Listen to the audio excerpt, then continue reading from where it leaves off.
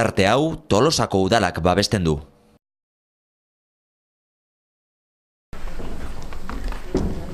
Arratsalde on denori, eta ongi etorriak. Hile hontako osoko bilkura astebetez aurreratu dugu datorren astean Pazko astea delako. Uste dana gaudela, beraz, Jose Luis, nahi zunean hasi egingo gea. Arratsalde on denoi, eta lehenengo gaiarekin hasiko ginateke honela dio. Ondorengo aktak onartzea. 2016ko otsailaren 23ko ohizko osoko bilkurakoa. Eta bestea, 2016ko martxoaren 7ko aparteko osoko bilkurakoa. Bien zirriborroa jaso dituzue, beraz, zerbait esateko hori balin badago, bestela onartutzat emango genituzke. Konforme denok, onartutzat emango genituzke eta hurrengo gaiarekin jarraitu. Eta honek honela dio. 2. Alkatetzako dekretoen berri ematea. 2016ko otsailaren 1-tik 29-ra. Denoi banatu zaizue, zerrenda, non laburpen batekin, ze edukidun emandako dekretuak. Beraz, jakineran gaina zaudete.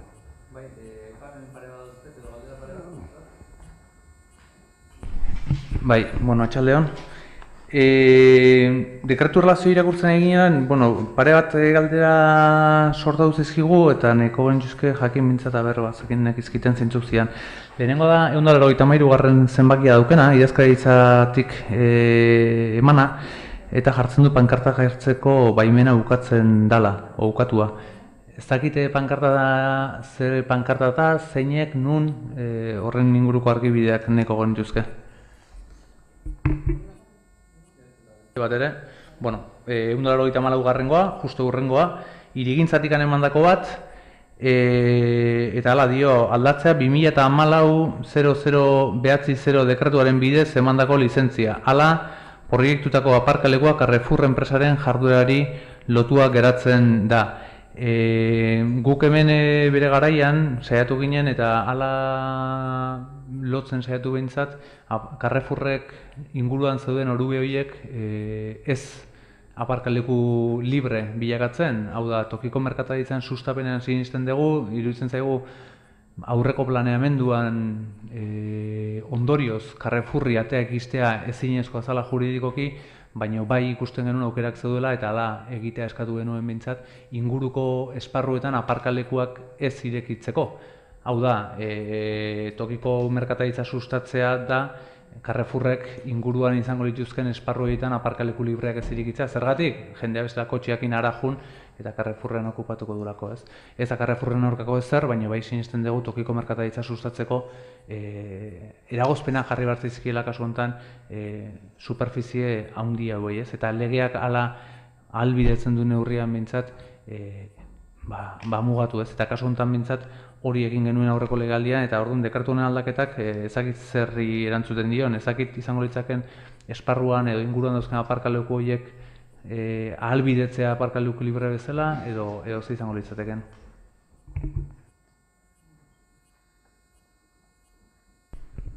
Bai, 183. dekretua pankarta jartzeko baimena ukatzea jartzen duen hori, gaizki ez banabil, memoriz ari naiz, uste eskatu zala pankarta bat jartzea kulturetxeko fatxadan, orduan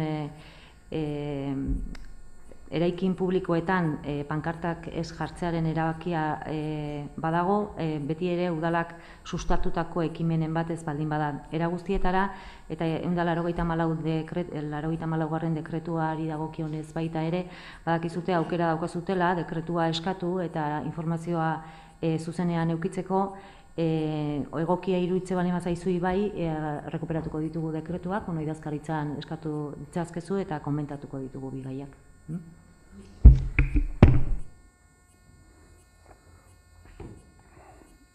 Beraz, jakineran gainean geratzen zeraten, eta hurrengo gaiarekin jarraituta, hau 3. honela dio, zinegotzi kargu hartzea, Cristian Fernández Susin. Eta honi buruz, etorri zaigu, dakizuten bezala, aurreko plenoan, Asensiok utzizun karguari uko egin zion, eta nolabat eskatu genuen urrungoa izendatzea.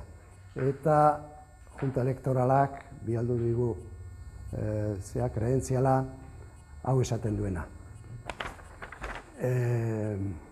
Don Carlos Granado Pérez, presidente de la Junta Electoral Central, les pido la presente credencial expresiva de que ha sido designado concejal del Ayuntamiento de Tolosa, Guipúzcoa, don Cristian Fernández Susín, por estar incluido en la lista de candidatos presentada por el Partido Socialista de Euskadi, Euskadiko Ezkerra, PSOE, a las elecciones locales del 24 de mayo del 2015, en sustitución por renuncia de don José Ignacio Asensio Bastarra. A efectos de su presentación en el Ayuntamiento de Tolosa, Guipúzcoa, expira la presente en Madrid a 29 de febrero de 2016. Eta honi buruz aurretik egin dira ja ondasunen eta jardueren aitorpena, bete ditu nolabait bere betebeharrak eta orain izango litzateke zinegotzi kargu hartu baino lehenago zin egitea bere karguari. Orduan nik irakurriko diot beti erabiltzen dugun formula eta berak erantzungo du dagokiona, ez? Orduan, hau da formula erabiltzen duguna, zin egiten duzu edo hitzematen zure kontzientzia eta horregatik erregeari leial izan da Tolosako zinegotzi egin beharrak zintzo betetzea eta konstituzioa gorde eta gordearaztea, estatuaren legea den aldetik. Bai, zin egiten dut, si prometo.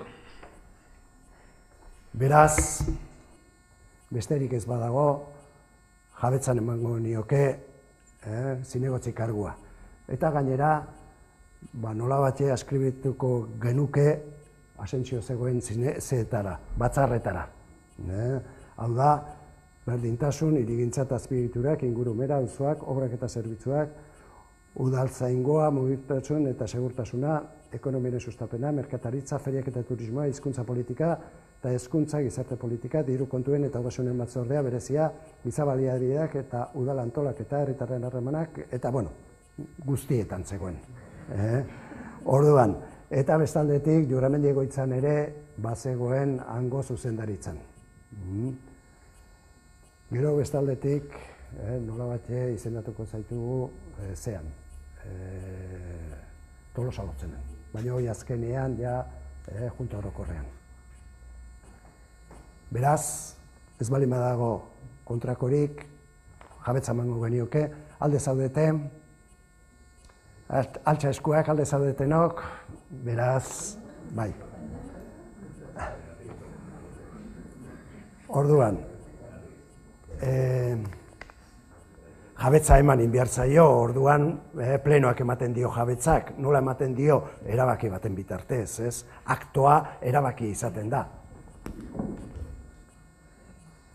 Orduan, beste zeairik ez baldin badago, hurrengo gaiarekin jarraituko genuke. Bai, egon pixkat, Jose Luis, ez dakit Kristianek hitza hartu nahi duen.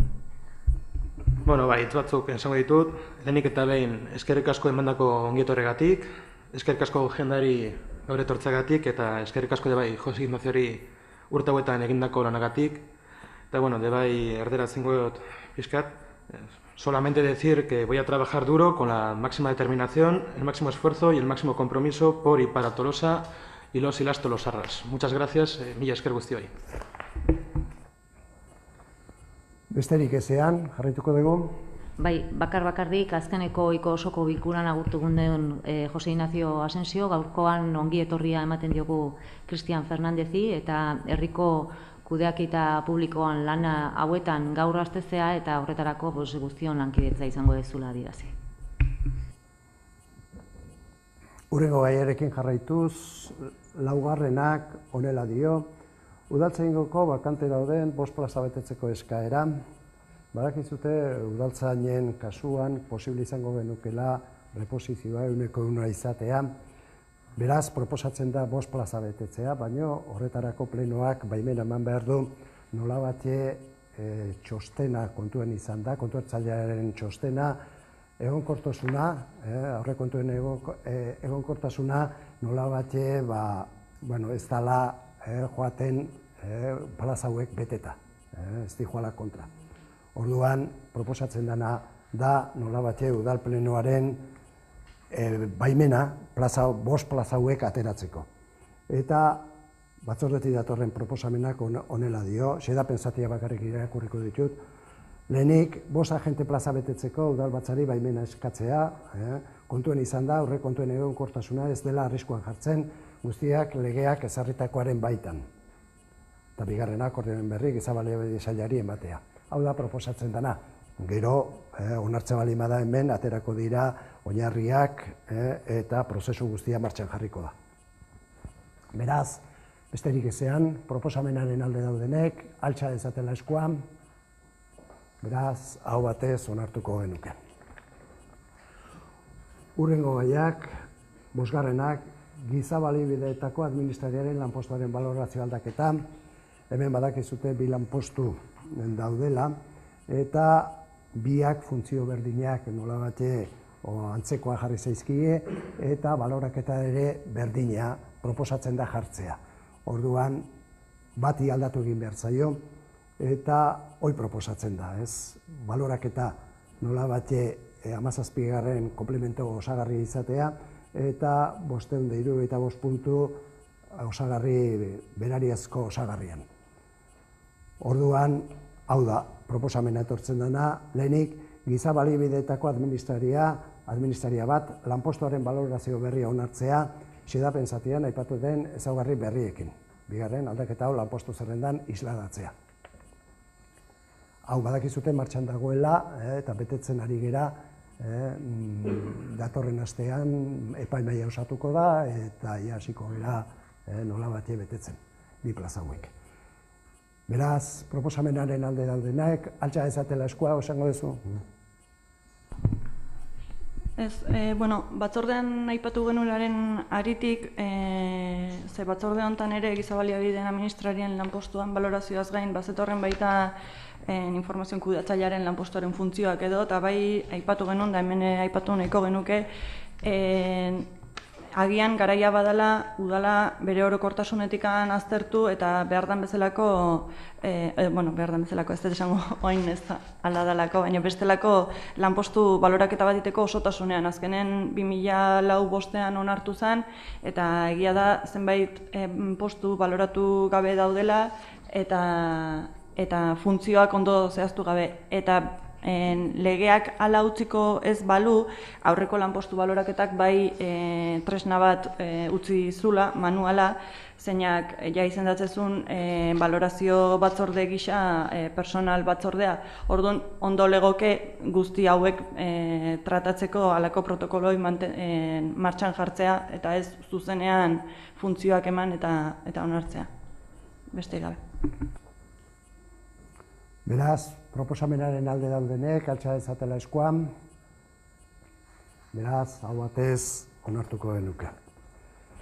Eta hurrengo gaiarekin, 6. honela dio, Tolosako udaleko enplegatu publikoen lanbaldintzen akordioan hainbat neurri onartzea. Hemen, batzordetik proposatzen dena da, eta Eudeletik etorritako proposamenaren baitan, naiz eta bere osotasunean ez da onartzen, Eudelen oraingoz mintzat, eta batzordea proposatzen duna hau da. Tolosako udalak eta bere erakunde autonomo zein udal sozietateetan dauden enplegatu publikoen lanbaldintzen akordioan honako neurriak onartzea. 2012ko aparteko ordainsaria berreskuratzea. 2016an eta aurrekontuaren arabera, ahalik eta lasterren 2012ko aparteko ordainsariaren 91 egunei dagokien eta berreskuratu gabe dagoen gainerako kopurua 49,63 baliokidea ordaintzea. 2016ko estatu aurrekontu orokorrei buruzko 2008 legean zehaztutako aukera kontuan hartuta. Neurri hau aplikatu ahal izateko udal kreditu aldaketa bat egin beharko da. Eta bigarrena, 2016ko ekitaldian ordainsaria 100% gehitzea. 2016ko ekitaldirako sektore publikoaren zerbitzura dauden langileen ordainsariak 100% gehitzea. 2015ko abenduaren 31an indarrean daudenen aldean.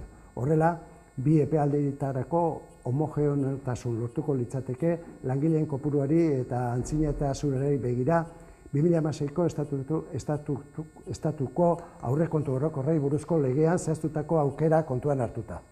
Akorde hau edoeli eta komiteari jakinaraztea. Bueno, aparteko ordainsaria nolabatea aurreratua dago langile guztiei eta ordaindua dago. Oain hartzen den erabakia da erabaki kontablea. Hau da, nolabate kontuetan reflejatzeko ordaindu dela paga, baina nolabate langileek ia denak kobratu dute. Daude batzuk nolabate orduan ez zaudelako, ordaindu zanean ez zaudelako lanean, edo batek etzuelako uko egin ziolako bere momentun, ez zailena ordaindu. Baina beste gainontzekoek denak ordainduta daukate. Eta da, hau erabaki kontablea, hau, bestea ez. Bestea, 100 igotzea, nola bate, egikaratu egin behar da, hemendik aurrea. Beraz, proposatzen dena hau da hau.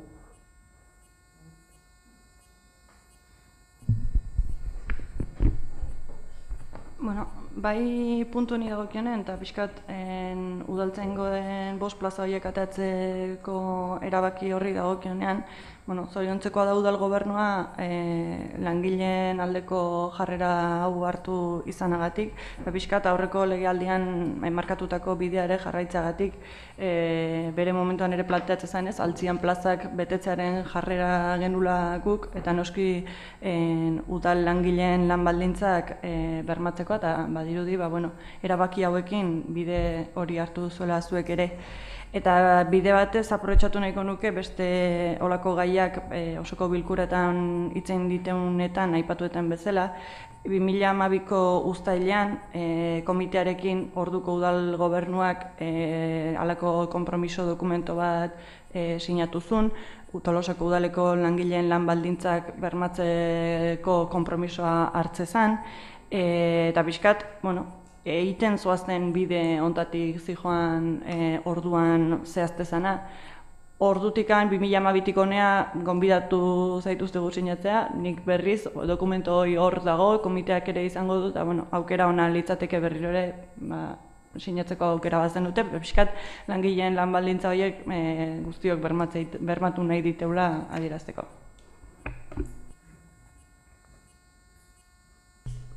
Era guztietara hori akordio politiko bat da, ez litzateke izango plenoko erabakiat, beraz, jarraituko dugu hizketan eta orain puntu honi dagokiona bozkatuko dugu. Beraz, proposamenaren alde daudenek, altxa dezatela eskuan, beraz, hau batez onartutzat emango genuke. Eta aurrengo gaiarekin jarraitu, 7. Zazpiturri S.A. sozietatearen akzioak energiaren euskal erakundeari erostea eta estatutuen aldaketa onartzea. Eta aldi batez gainera ordezkari bat gehiago izendatzea. Nola batxe diktamenak badakizute MNB-ek utzindula guk daukagun Zazpiturri energia erakundea, sozietatea, amezketan dagoena, eta da orain egokitzea, bai akzioak, bi sozio gaude orain, nola batxe utzilurako bebek, amezketa eta udala izango lirateke, eta biak erdibana izango lituzkete akzioak. Orduan, proposatzen dena da, energiaren euskal erakundeen 34.385 akzio Tolosako udala eta amezketarako udalaren artean erostea amortizaziorako. 49.800 euroko balioarekin. Balio teoriko kontablerekiko. Erlazioan nominala gaurkotzetik ondorio dena. Fundazio itunen arabera. B. Kapital soziala gutxitzea salereskota egiaztatu ondoren 34.385 euroko balioarekin. Eta gero dira kontable asuntoak, gero estatutuak aldatzean, horren arabera, eta nola batxe hitzarmenak eman, eta da izendatzea ordezkari berri bat, Patxi Amantegi Zubiria. Orain arte zegoen bat bakarrik genuen eskubidea bezala, eta orain bi, eta Olatz zegoen leno, Olatz Peon Ordezabal, eta orain Patxi Amantegi Zubiria proposatzen da. Hau da, proposatzen den zea. Gero hau nola batxe, mendidi joan ordezkariak onartu beharko du, plenoak onartzen duna hango junto orokorrean. Beraz, proposatzen dena, Bai, bueno, gure aldetikan, hau aurreko ebek egia esan gu alkatzen ginela ere saiatu izan zian, beraiek behin amortizatuta daukatela berein inbertsioa eta beraien lanak eta ja estabilizatuta dagoela zentrala ikusita beraiek saiatu izan zian juten eta bueno, gure garaian txoiteko pixka eskatu genien eta guain ikusten da badu batzela ez. Halare hemen bi udalerriren banaketa izan da eta juntaren banaketa hau egon da, guk bai proposatuko genuke izendatzea, Patxien lekuan izendatzea udalean oposizioan gauden udaltalde nagusia eta Iñaki Irazalabetia proposatu duneko genuke gu bintzat Zazpiturriko eserleku hontarako. Era testimoniala da, azken finean denak elkarrekin eta gestio hutsa dalako, baina bueno, importante zaigu baita badukago azkeneko 4 urtako jakintza, horre sistema guztiak amortizatu zian eta badaukagu zenbait esperientzia 4 urte hauek eman digutena eta horregatik guk Iñaki proposatuko genuke zukin batea olatz, Tolosain izenean Zazpiturreko kontseiluan egoteko.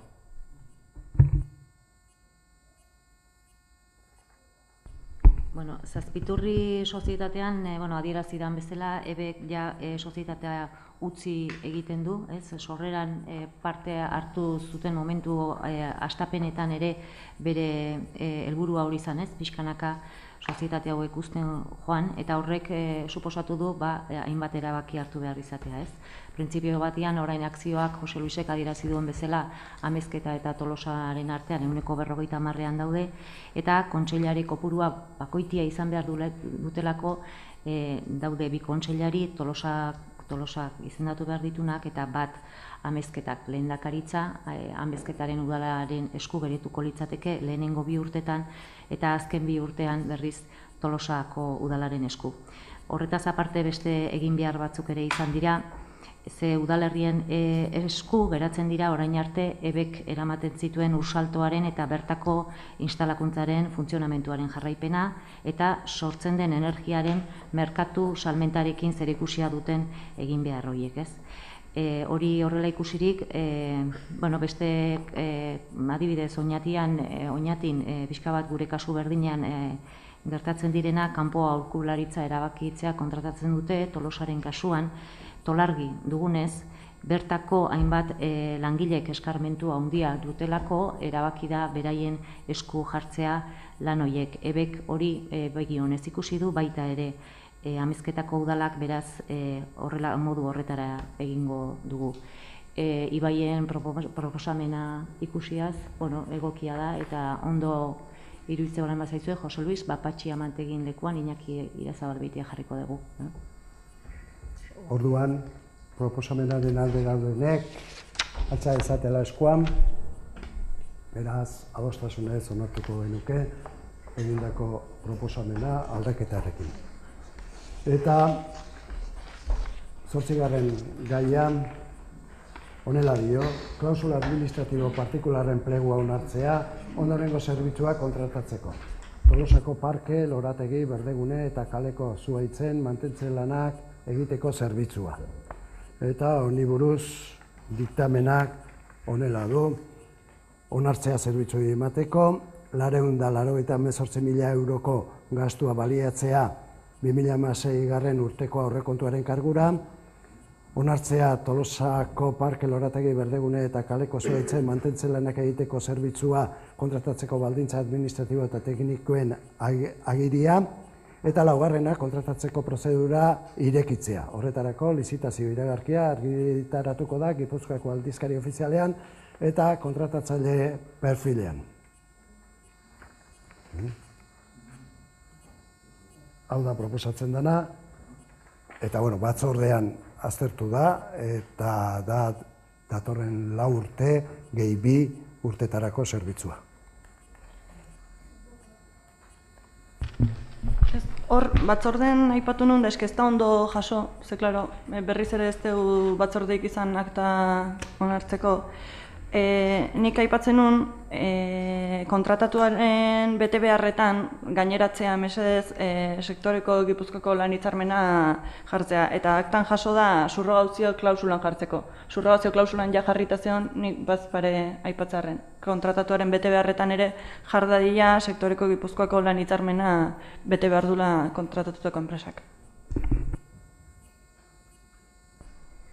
Bai, bakarrik komentatzearren, plegu berri honetan, orain arte plegutik kanpo egiten ziren hainbat lan sartu direla barruan, ez? Auzo konpostagailuak, auzo konpostagailuan mantentzeak, elosegi parkea eta baita etxe inguruko kimaketa bilketa horiek, ez? Eta horrela osatu dela plegu berria. Besterik ez.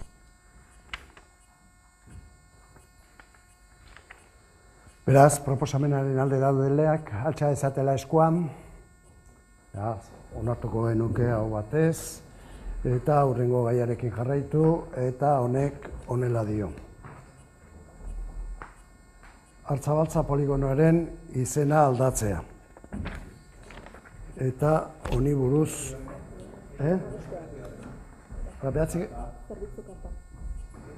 Bai, Tolosako udalaren zerbitzu karta onartzea. Eta honi buruz gardentasun batzordeak egindako diktamenaren baitan, honela dio, batzordearen eskariari erantzunez, udaletxeko departamentu eta zerbitzuetan bildutako zerbitzu kartez osatutako dokumentua aurkeztu zaie batzordekidei Tolosako udalaren zerbitzu karta denborarekin eguneratu eta bizirik mantendu beharreko dokumentutzat hartzen da.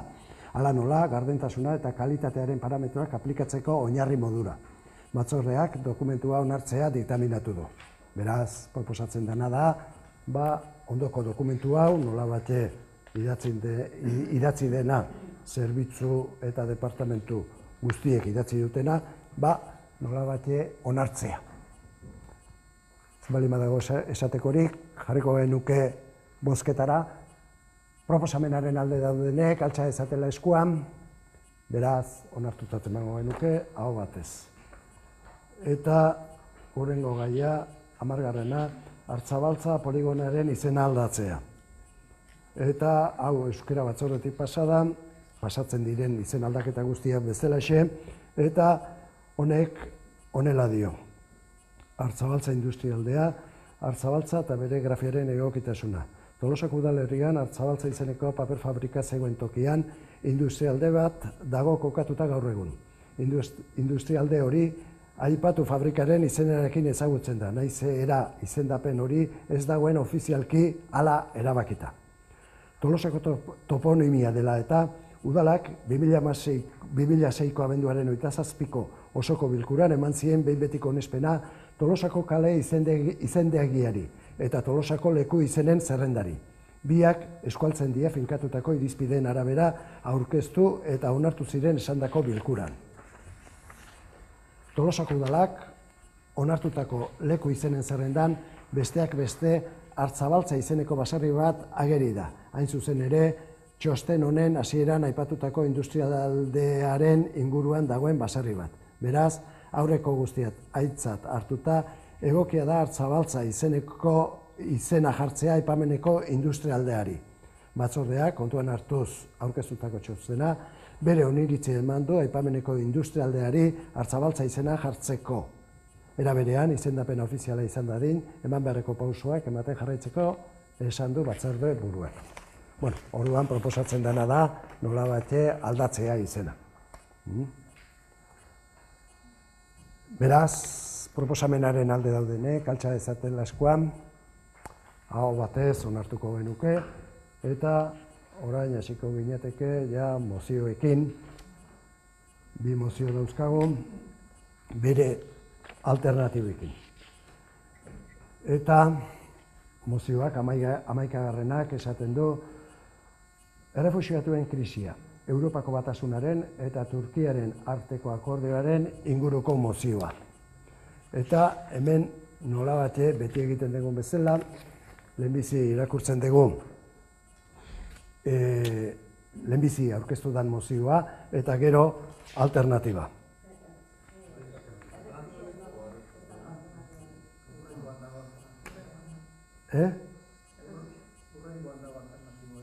Hemen ez dago, hemen ez, baina aldatu egin da. Hemen aldatu da pixka bat, baina beraiek aldatu dute. Nola batek kendu egin da aurrekoan esatezana, gobernuak uko egin dezaiola zeari. Ez, kontua da, mozioa atzizela joan dan ostegun ostiraleko bilera baino lehen, orduan aurre akordioa zela, eta joan dan ostegun ostiralean akordio bihurtu zela, eta hain gauz aldatu zela, eta modifikatu da mozioa egoera berriari modifikatzeko hori esteik ez da. Bestela, oinarrian mezio bera da. Beraz, mozioa irakurriko dut, xedapen zatian, hori guztia dela eta Tolosako udalak honako hau adierazten du. Bat, elkartasuna adierazten diela, beren herrietako gerrek eta bestelako hondamendiek bultzatuta Europara bizi hobeagoa baten bila ailegatu nahi duten pertsona guztiei.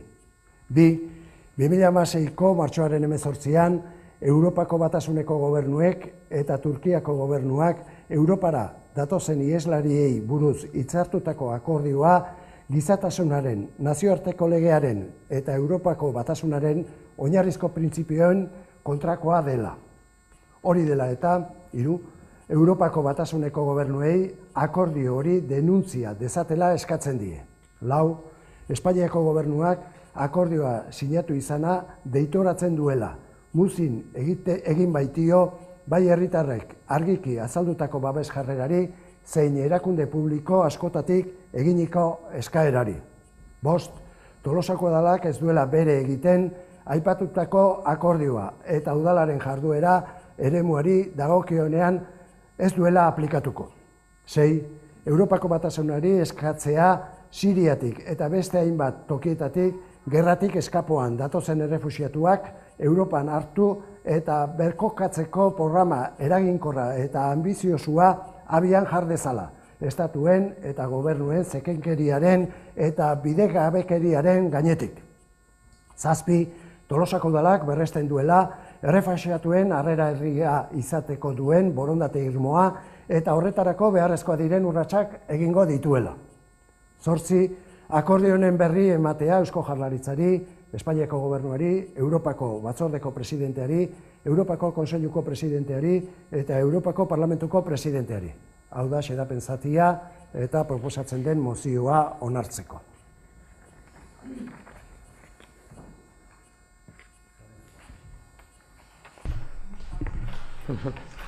Alderdi sozializatik akordio honen aurka gaudela azaldu dugu, giza eskubideak eta asiloko nazioarteko eskubidea errespetatuko duen premiazko erantzun humanitarioa emateko eskatzen diegu Europar Batasunari eta estatukidei, eta horren aritik, Europar Batasunak sinatutako giza eskubidei buruzko nazioarteko hitzarmenak edo asiloko nazioarteko zuzenbidea errespetatuko ez dituen edozein akordio erretira dezaten eskatzen diegu instituzio hauei.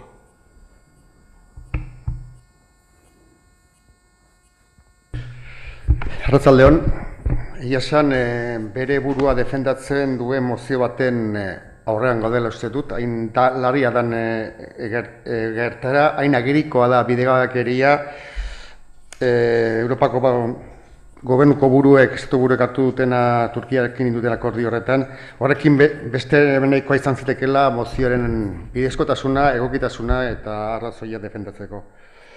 Kritika daiteke erabakia ikuspegi politiko batetik, Genevako konbentzioa ez duelako betetzen, beste aldea behigatzen duelako Turkiak ez ditula sinatu Genevako konbentziotako atal guztiak, Europako oinarrizko balioak eta Europa munduan defenditzen ohi dituen eta esportatu nahi ohi dituen balio horiek kanpo dagoela mozioa, asilo eskubide hori uko egiten zaiola, iruzur egiten zaiola, azpimarratu daiteke Europako estatu buruek izan daiteke ez dela gaiztoa, bidegabeak, kupidegabeak eta hori guztia tontoak ez diela, izan ere eman dioten forma juridikoa ebitatu egiten baitu eskrutinio demokratikoa. Ez da akordio normal bat, adierazpen bada. Eta adierazpen izanik Europako arkitektura legalean ez dago Europan beste inolako gorputzik hori kontra indizateko. Ez Europako parlamentuak, Europako mailan, Europako parlamentek ezingo luke gelditu akordio hori, ez da estatutako parlamentuak edo estatutako gobernuak momentu honetan, ez da? Aztiak badira gaiztakeria egin nahi dutenean. Ikuspegi humanitariotik ere kritikatu liteke. aipatu dieteke gezalezkoa ez dela, ez da? Errukirik ez duela erakusten. Aularen gainean gehi zanpaketa handia okatzen duela. Egin diteke, telistak ikusten dizkiguten irudi horietatik sortzen zaizkigun sentimentuetatik. Nik beste batetik heldu nahi diot. Hain zuzen, elkartasunetik.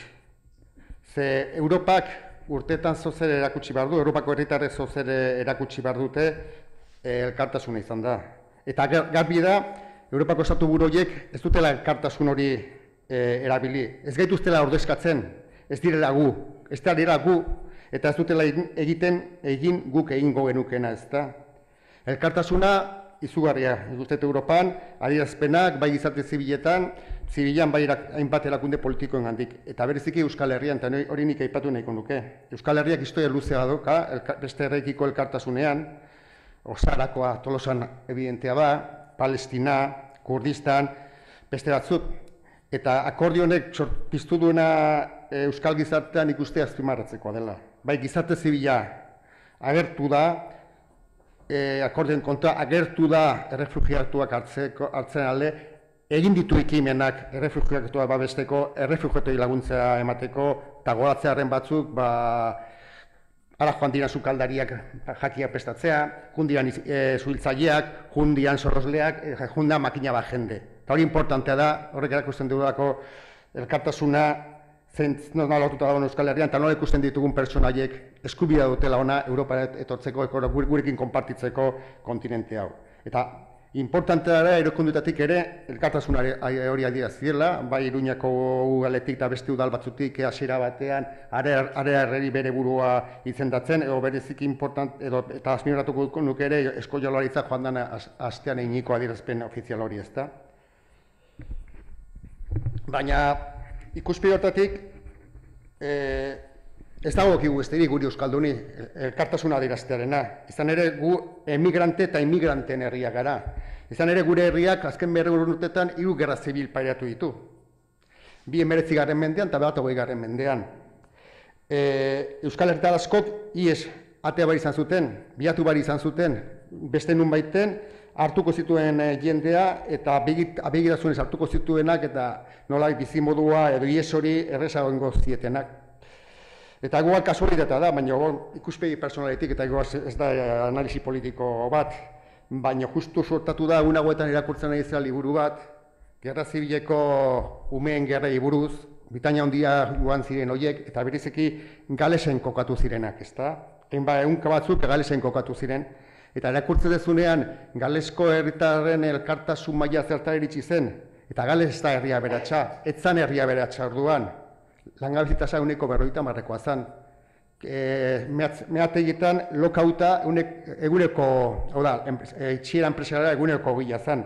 Eta alaz ere hartu zituzten umeak eta inolako laguntza ofizialabek babestu, zaindu, jaten eman eta terpetu zituzten. Hori da gure eredua eta horrek esan behar du Europaren eredua nire ikuspegitik eta gure ikuspegitik. Gales da adibidea eta ez da gaurko Europa. Gaurko Europako agintaria saldu nahi duten Europa adibidea, baizik eta herriarteko elkartasuna eta dugunetik iesean datorrenari, beharrean dagoenari laguntza ematea eta eskuz jabal jokatzea. Eta bukatzera noa, beste apunte personal batekin. Eta zuzen ere, joan den astean aurrekoan, Europako Parlamentean egin zen eztabaidan Ska Keller, eurodiputatu berde Alemaniarra, nire kide izan da parlamentuan, honelaxe bukatu zuen bere adierazpena parea Junckers eta beste agintariak ziduela. Gauetan lo egitea lortzen alduzue, nik kaldera bera egiten du. Gauetan lo egitea lortzen alduzue.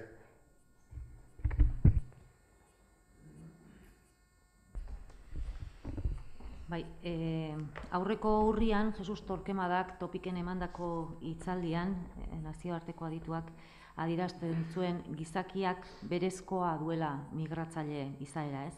Errefuxiatu, migrante, emigrante edo inmigrante izaerak badu bakoitzak, izaera bakoitza horrek ñabardura ezberdinak, ez? Eta arrazoiak tartean ezberdinak izaten dira, izan daitezke arazo politikoak, ekonomikoak, koseteak, religiosoak eta barrez. Errefuxiatu egoera, gerra batetik iesi dijoazen gizon emakumeak dira. Turkiako hondartzan agertu zen aur hilotz horren argazkiak, Aylan Kurdi, astindu zuen Europarron kontzientziak eta gure baitan dugun ardura morala halako batean piztu, ezta? Naiz eta gerra guregatik oso urruti egon, naiz eta konfliktoa guretzat arrotza izan, horrek ez du esan nahi ardura moralik ez dugunik. Egia da, Europak 120.000 errefuxiatu jasotzeko plangintza plazaratu zuela, baina 5 hilabete beranduago, Estatu Espainolean adibidez, iritsi beharreko 15.000 pertsonetatik 18 iritsi dira, eta Euskal Autonomia Erkidegora, Bilbora zehazki 3 pertsona, ez? Badirudi esaten ari dira, naiz eta bide ofizialitik errefuxiatuak ez iritsi, hiriburuetara ari direla banaka batzuk iristen. Hori horrela izanik, 2016ko martxoaren 8an adierazpenean esaten den bezala, Europako Batasuneko gobernuak eta Turkiako gobernuak Europara gerratik iesi datozen pertsonei Turkiara deportatzeko erabakia hartzen dute. Aylan Kurdiren gorputza hondartzan ikusi genuenetik, honuntza, argazki ikaragarri gehiago ikusi ditugu, horregatik onartuko dugu mozioa guk ere, eta Euskal Autonomia Erkidegoan osatutako koordinazio taldean lanean jarraitzeko gure asmoa berretsi gainera, ez? Zeinetan osatuta dago Jaurlaritza, Aldundiak, Udalak eta beste hainbat erakunde, tartean Zehar Euskadi, Caritas eta baita ere Gurutze Gorria. Europaren batasuna ekonomikoa bakarrik bada, guretzako ez duelako baliorik, eta Europa humanitario bat lortzen ez badugu, guretzako Europak ez duelako etorkizunik izango. Bozketara jarriko dugu mozioa. Mozioaren alde daudenek, altxa dezatela eskuan, beraz, hau batez onartuko genuke, eta hurrengo gaiarekin jarraitu. Eta 12. honela dio, Ipar Atlantikoko merkataritza eta inbertsioaren hitzarmena aplikatzearen kontrako udala aitorpena. Eta hemen dago, lehenbizi aurkeztu dana, nolabatxe Bilduk aurkeztutakoa, eta bestaldetik kontramozioa nolabatxe EAJak aurkeztutakoa. Beti egiten den bezala, lehenbizi irakurriko dugu lehen aurkeztu zana, eta gero irakurriko dugu bigarren aurkeztu dana kontramozioa. Eta gero jarriko dugu bozketara lehenbizi kontramozioa, eta ateratze baldin bada bestea bertan bera utziko litzateke. Beti horrelaxe egiten dugulako. Beraz, orain irakurriko dut lehenbizi Bilduk aurkeztutako mozioa, eta xedapen zatian honako hau esaten du. Bat, Tolosako udalerria, udalerri intsumisua eta tipen kontrakoa dela aitortzen dugu. Halaber, oinarrizko zerbitzu publikoak elkartasunerako eta gizarte birbanaketarako defendatzen dugu. Bi, Estatuko gobernuaren herri administrazioen ministerioari eta Eusko Jaurlaritzari eskatzen diegu gizarterako onuragarria diren zerbitzuek izaera publikoa mantentzea helburua duten ekimen guztiei laguntzea. Hiru, Ekonomia ministerioari eskatzen diegu tipen negoziazioak bertan behera uzteko hurrengo helburuak lortzeko. Ez akordio honetan, ez beste akordio batean, ISDS bezalako mekanismorik ez egotea. Europa batasunak eta osatzen duten estatuek erregulazio politika defendatzea, lan araudietan, kontsumitzaileen babesean eta ingurugiroaren babesean eskumenik gal ez dezaten. Hitzarmena alderdi ekonomikoetara ez mugatzea eta gizartearen eta ingurugiroaren helburuak ere garrantzitsuak izatea eta berdin lantzea. Negoziazioetako gardentasun faltari amaiera ematea, jende aurrean informazio guztia jartzea eta Europar batasunean eta estatuetako parlamentuetan eztabaida publikoa zabaltzea. Bai zerbitzu publikoak, bai jabego intelektuala hitzarmenetik kanpo geratzea. Laugarrena, Eusko Legebiltzarrari zein Nafarroako parlamentuari eskatzen diegu tiparen gainean herritarrok erabaki ahal izateko kontsulta egin dezaten. Gure bizitzak zelan antolatu eta garatzeko dugun erabakitze eskubidea oinarri. Eta EAJak aurkeztutako kontramozioak honela dio. Tolosako udalak, Europako Komisioa, Europar Batasuna eta Amerikako Estatu Batuen arteko merkataritza eta inbertsiorako hitzarmen transatlantikoari buruzko tratatuaren negoziazio prozedura guztian beharrezko gardentasuna bermatzera premiatzen du. Uste du, hitzarmenari buruz indarrean dauden negoziazioek industriaren interesak eta lehiakortasuna eta Europako sektore ezberdin guztien interesak defendatu behar dituela, kontsumitzaileen, bere datuen, osasunaren eta segurtasunaren babes maila altua bermatuz, eta giza, lan, fiskal eta ingurugiro dupin deritzona ekidinez.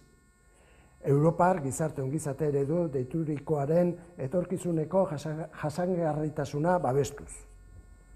Eta hirugarrena, eta azkena, Europako Legebiltzarra hitzarmena edo Europako kalitateen estandarrei buruzkoa nazioarteko lan erakundearen hilo disposizioen markoan lan eskubidei eta herritarrentzako zerbitzu publiko eta sozialen babesari buruzkoak, halaber, interes publikoaren defentsan erregulatzeko eskubide demokratikoaren babesari buruzko beste edozein hitzarmen berretsita egotera baldintzatzera premiatzen du. Hau da, nolabait EAJak aurkeztutako mozioa. Parte hartzeak.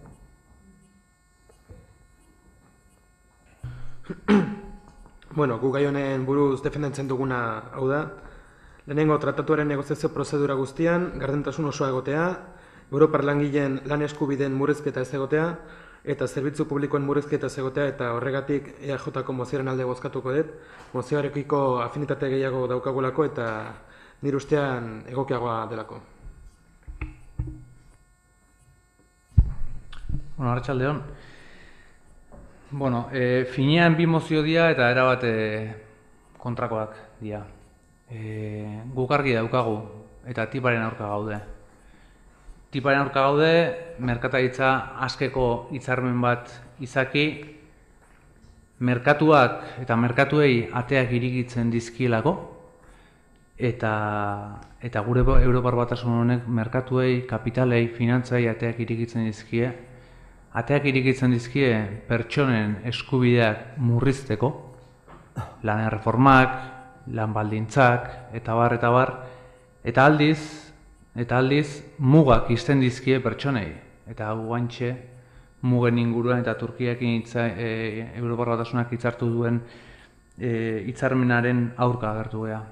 Guretzako, Euskal Herria Bilduren ustez, Europar Batasunak herritarren interesei, herritarren beharrei erantzun behar die, eta ez kapitalaren behar eta kapitalaren interesei, eta multinazionalen interesei. Kontraesankorrak direlako, eta pertsonei paretak eta Espainiak saltzen dituen puntadunesiak ezartzen dituzten bitartean Turkiako mugetan, edo Greziako mugetan, eta Europak pertsonak gerrara bidaltzen dituen eta heriotzara bidaltzen dituen bitartean, isilpean eta sekretupean, multinazionalekin eta bereien lobiekin, adostasun terminoetara iristen ari dira, muga guztiak doitzeko eta arantzel eta baldintza guztiak mugatzeko. Argi daukagu Europar Batasun hau, kapitalaren Europar Batasun hau ez dugula maite eta horregatikan bere kontra agertzen gea. Horregatikan agertzen gea tiponen aurka. Tipak edo merkataritza libreko esparru honek Europar Batasuna eta Amerikako Estatu Batuen artean batasunak edo bateratzeak eman nahi ditu. Eta bateratze horiek, liberalizazio hori, hau da, neoliberalismoaren beste pauso handiago bat ekartzea dakarren horrek, ez du ekarriko Estatu Batuetako merkatuak eta Estatu Batuetan dauden langileen baldintzak hemen gora parekatzea. Hau da, hemen izan ditzazkegun garai bateko ongizate estatuaren ondorioz lortu eta borrokatutako eskubide horiek han ezartzea, alderantziz baino. Han, inoiz, eta han ez dauden baldintza guzti horiek hemen ezar nahi dizkigute. Estatu Batuak ez dulako negoziatzen galtzeko. Estatu Batuak jarraitu nahi dulako bere potentzia eta bere merkatuak zabaltzen. Eta zabaltzen ora, kontinente zaharrera. Eta kontinente zaharra zein da, gu. Egia da, botere egea trasladatu dela Atlantikotikan Pazifikora, BRIC deituriko hietara. Zergatikan, multinazionalak behin eta berriro esaten digutelako eta deslokalizazioak sartzen ditut hemen, deslokalizatzen den enpresa esaten dulako, eske hemen laneskua oso garestia da. Eta horren ondorioz dator tipa, laneskua merkatzeko, lan erreforma gehiago, merkatua liberalizatzeko, langileen eskubideak mugatzeko. Elikadura sektorean estatu batuetan legezkoak dian hormona, pestizidak, eta eraldauta eta genetikoki eraldauta dauden produktu eta elikagai guztiek hemen sartzeko. Zebai, tipak, merkatu libreak eta merkataritza askeko hitzarmenak merkatuak bateratu nahi ditu, legedia juridikoki ere bateratu nahi du. Ondorioz, bertan legalak dian hormonak, bertan legalak estatuetan dian pestizidak, produktu genetikoki eraldatuak hemen sartzea nahi dutelako. Europan dagoen zuhurtziaren kontzeptua, hau da, elikagai bat arriskutsua baldin bada ez da merkaturatzen, estatuatun alderantziz da, elikagai bat arriskutsua dela frogatu behar da merkatutik ateratzeko. Eta hori da, kontzeptu hori buelta eman nahi eta hori da tipa. Horren bidez erakarri nahi dira, honea, estatu batuetan 12 elikagai edo 12 produktu kosmetiko daude legez kanpo segurtasunagatikan eta Europar Batasunean 12.000 dira. Horrek erakusten du tipak zer esan nahi duen, eta tipak gure osasunean nola egingo digun kalte eta ze arrisku jolasten ditu, jorratzen diran. Zergatik, pertsonen gainetikan behin eta berriro jartzen duelako Europar Batasunak eta Europako lobiak jartzen dituelako kapitala. Eta hori ikusten nahi Europar Batasunak Turkiarekin hitzartu duen egitasmoan, nun pertsonari muga jartzen dira eta pertsonak berriro heriotzara bidaltzen ditugun eta horretarako ez dagoen inungo arazorik, baino ontarako sekretupean lobiekin hitz egiten ari da hitzarmen hau martxan jartzeko eta hitzarmen hau adosteko. Eta kuriosoa da, baino elikaduran hormona eta pestizidak eta eraldautat, genetikoki eraldautako produktuak sartzeko arriskua dagoen neurrian edo dagoen bezala, ingurumenean legedia desartikulatzea eta murrizte Europan dagoen arriskuarekin batera eta frakinari ateak irikitzeko dagoen arriskuarekin batera, hemen bi proiektu politiko jartzen dira parez pare. Frakinaren aurka gaudenok, pertsonen alde gaudenak eta kapitalaren alde zaudetenak. Argi eta garbi. Osasunean, privatizazioa, osasun zerbitzuen privatizazioa, patenteak eta ondorioz medikamentu generikoen aurka jotzeko arrisku guzti horiek. Merkatuen liberalizazioa, lan baldintzak, merkatuak askatzean langileen eskubideen aurka jotzen dutelako. Hori guztia da tipa. Eta kuriosoa da, zuek EAJak aurkeztu duen mozioan jartzen dulako multinazionalek etekina eman baino, etekina, tratatu honek etekina enpresa ertain eta txiki emango diela esaten denean. Kuriosoa da, ze Partido Popularreko Esteban González Ponsek, ezaguna dana, gugatikan, esaldi bera erabili du Europar Batasuneko komisioan justifikatzeko tiparen aldeko mezua edo beraien bozka. Eta hala dio, señor presidente, se dice que la TIP va a beneficiar solo a las multinacionales. No es verdad, las multinacionales son las únicas que no necesitan el TIP. Necesitan las TIP las pequeñas y medianas empresas que no pueden exportar. Hau gezurra da. Eta hau behin da berriz erabiltzen da, eta zuen mozioan ere hor dago, baina hau gezurra da. Enpresa eta arraia handiagoa jaten ditu, eta txikiak, geroz eta txikiagoa da, eta kapitalismoan hori erakusten da. Beraz, hori gezurra da. Tratatu guzti hau sekretupean negoziatzen ari dira. Eta hori lehenengo momentutikan salatu da, eta berdin jarraitzen du. Beraz, argi daukagu, tip honek ez die pertsonen ongizateari ez dio laguntzen, alderantziz, merkatuen liberalizazioa dakar, neoliberalismoaren beste pausokada bat dakar, oraindikan ez dugu ezer ikasi merkatuak liberalizatzea eta merkatu librea inungo legediarik gabeak ez duela funtzionatzen eta ikusi besterik ez duela ez hainbeste urte sortu dugun eta oraindikan pairatzen ari geran krisi guzti hau eta oraindikan 2013an hasitako negoziazio honekin goaz.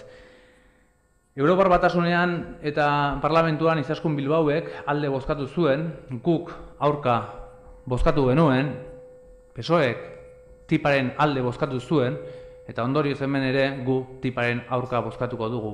Pertsona eta herrien alde gaudelako eta kapital edo neoliberalismo basatioaren aurka gaudelako.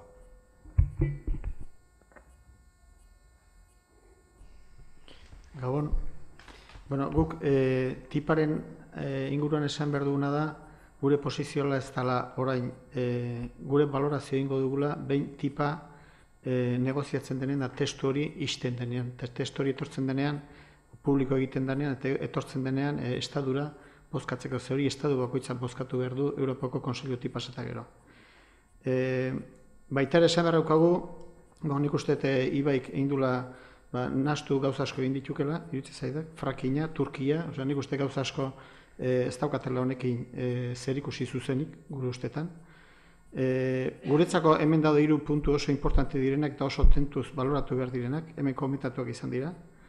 Negoziazioak isilpekoak dira, dirudinez hortik ezin da ez zerratera, ez da informazio ere ateratzen, delitu ere omen da hortik informazioa atatzea, horko kideek ateratzea, eta gu horren guztiz kontra gaude.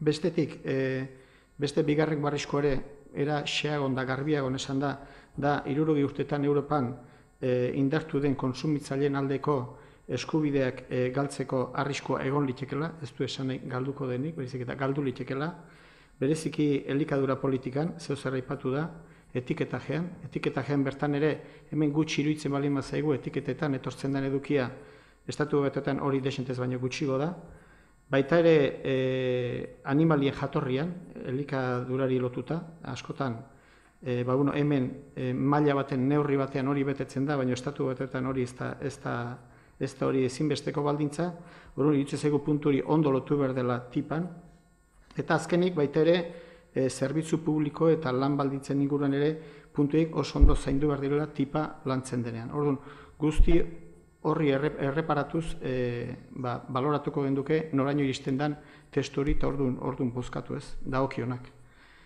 Bestalde esan behar, Euskal Herrian badaudela maila ertaineko, enpresa handiak aukera dute Estatu Batuetara juteko eta han merkatua zabaltzeko hori, egunero ikusiko dugu zenbait estaduko enpresak dutela merkatu iriki eta lan egiten dutela.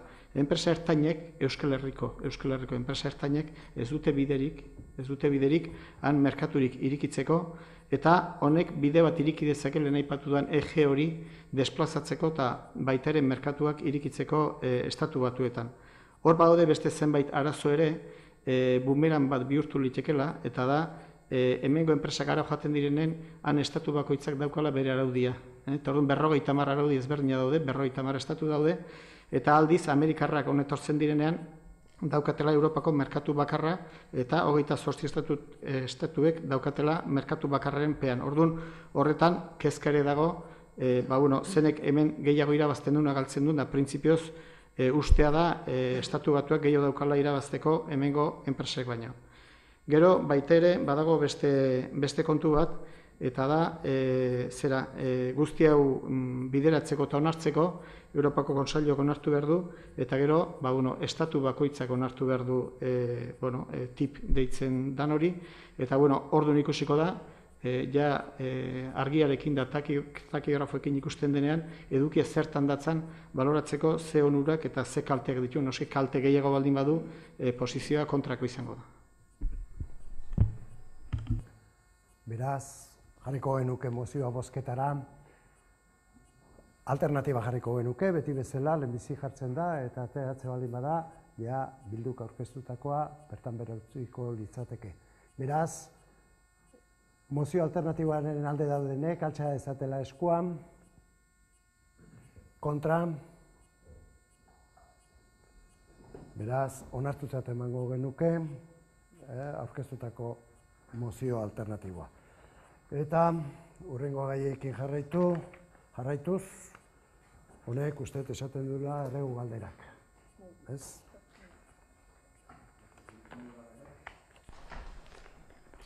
Bai, atxaldeon, garbitasunaren inguruan eta batez ere txakurkaken inguruan.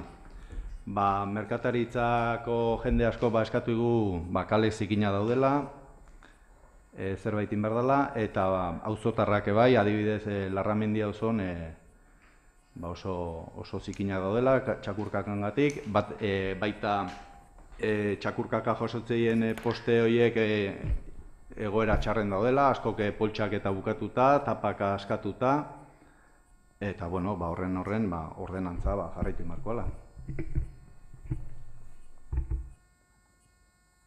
Bai, garbiketa ordenantzarekin fin jarraitzen ari gea, badira bi problema nagusi garbiketari dagokionez Tolosan, bat da bereziki Zakurkakan inguruan eta pipikanak begiratuko ditugu eta errepasatuko dira, eta bestea da Goxoki dendan inguruan sortzen diran zikinkeriak.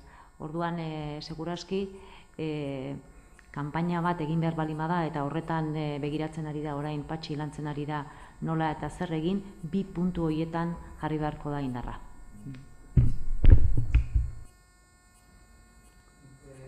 Badaukat, aurreko astean, pentsatzen dut, Josuak komentatuko dizuela, parte hartze eta gardentasun batzordean gertatutako afera, eta horren inguruan, aurreko astean ere, idatzi bat sartu genuen, idazkaritza, pentsatzen dut eskuetan izango dizuela, eta gure galderak izango nituzke, eta gure kexadea agertu nahi dugu.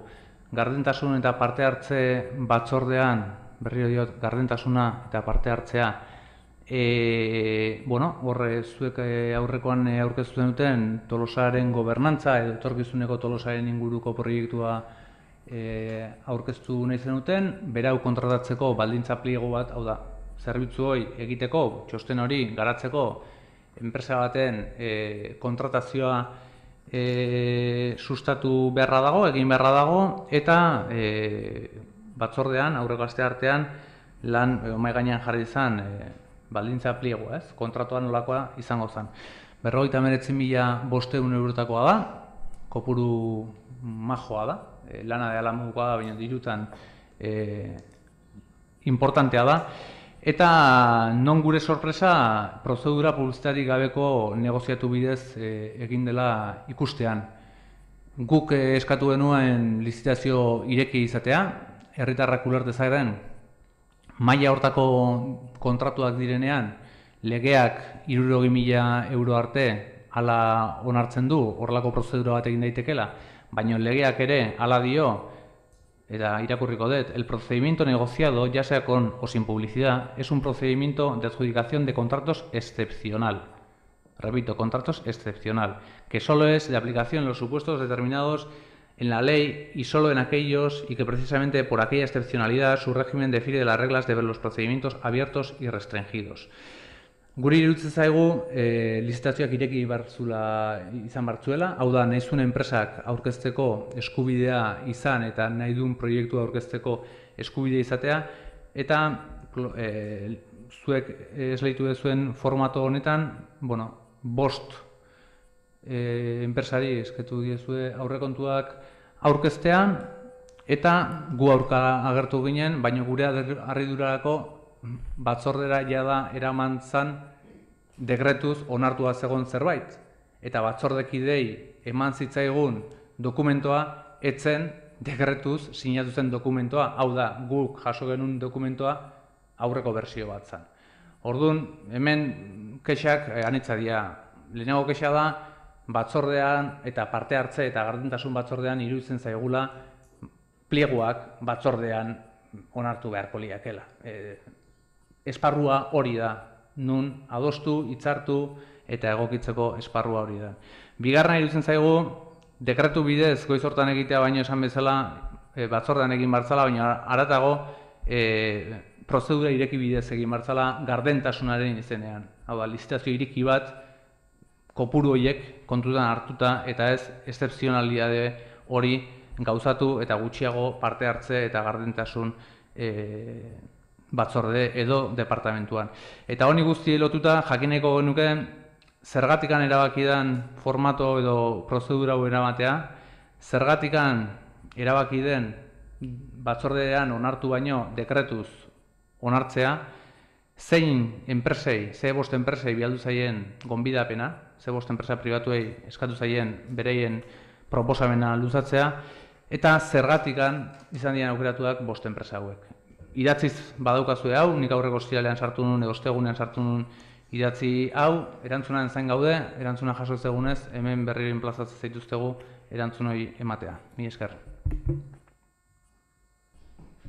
Bai, idatziz sartu zanitu bezala galderak idatziz erantzun gozaizu, era modu guztietara argitze aldera, prozedura izberdinak, hau da, irekia izan edo prozedura negoziatu bidez egin, ez du esan nahi bata bestea baino gardenagoa danik, baizik eta beste ñabardura batzuk baditu. Baina nahiago dut, Jose Luisek idazkari moduan ñabardura horiek berak argituko balitu. Bai, kontratu honen egoeran hasi zanean etorri ziren teknikoek, gardentasun arloko teknikoek niregana. Eta nahi zuten kontratua zatikatzea. Nik esan nien zatikatzea ezin zala. Legezkoa imposiblea zala. Orduan, esan nien, beharrazoiak zauzkaten, presazula, obezala eta horrelako gauzak, orduan, kopuruaren arabera eta arrazoituz, nik esan nien, posible zala, azkar egitea. Azkar egitea kontratazio hori. Nola batek, kopuruaren gatik, 60.000 eurotik behera zegoelako, eta arrazoituz, justifikatuz prozedura, posible zala, horrelako presa eta gainontzekoa zala. Eta teknikoek agertu zuten, eta esan zuten, nire aurrean esan zuten, eta gero paperean jarri dute gainera, zergatik nolabate prozeduroi aukeratze zuten. Eta berak, zean, txostenean, teknikoek esaten du, prozesu osoa eragileekin eta herritarrekin egin nahi denez, ezin da planteamendu itxi batekin egin. Malgua izan behar du. Zentzu horretan, enpresen proposamenak entzun nahi dira. Eta horien gainean lan egin azken proposamena baloratu arte. Beraz, horrek ematen du negoziatu prozedurak negoziatzeko irekiak ez du ematen. Eta teknikoek nahi zuten nola bate negoziatu enpresekin. Bestalde, gai hauetan eskarmentua duten 5 enpresei bidaliko zaie gonbidapena. Kopuru honekin konkurrentzia bermatzen da eta proposamen kalitatea ziurtatzen da. Dena den, honek ez du nahi esan 5 hauek bakarrik aurkez dezaketela bere proposamena. Beste edozeinek ere plegu baldintza balin badira eta epe barruan aurkezte balin badute, edozeinek aurkeztu dezake bere proposamena. Baina balin badakite esate bazaie edozeinek aurkeztu dezake.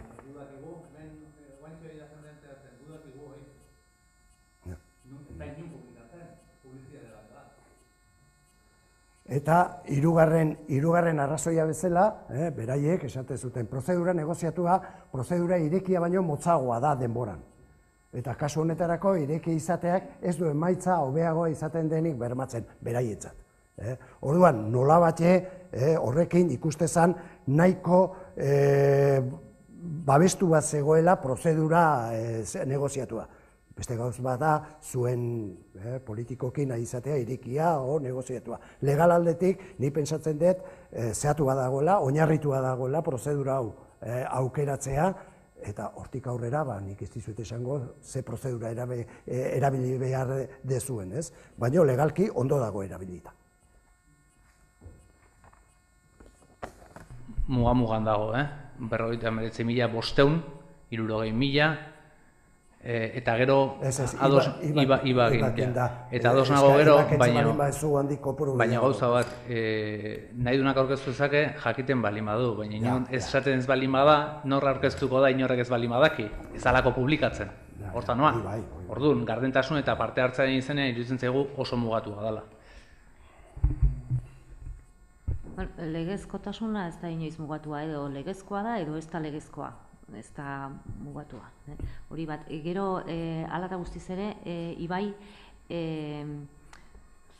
azkeneko bertsioa etzen utela izan aipatu dezu, eta bai esan nahiko nuke azkeneko bertsioa daukan aldaketa bakarra dala berdintasun irizpideak txertatu diala, ez? Hala eta guztiz ere pleguarekin inolako zalantzarik edo inolako zuzenketa egingo nahi bazenute, negoziatu da denean egin liteke. Orduan alde hortatik ez euki inolako eragozpenik era horretara egiteko. Eta egindako galdera guztiak esan bezala idatziz sartu dituzue eta idatziz erantzungo dizue. Hala eskatzen dulako legeak erantzunak idatziz izatea, eta gero legeak edo ez legeak interpretagarriak dian, hemen ikusi dugu leno, eudelek egin duen diktamen juridikoa hemengo ikuspegitikan ezin da bete. Beraz, legeak legezko dira edo ez, baina legeak eta arauak interpretatu egiten dira. Kontuz.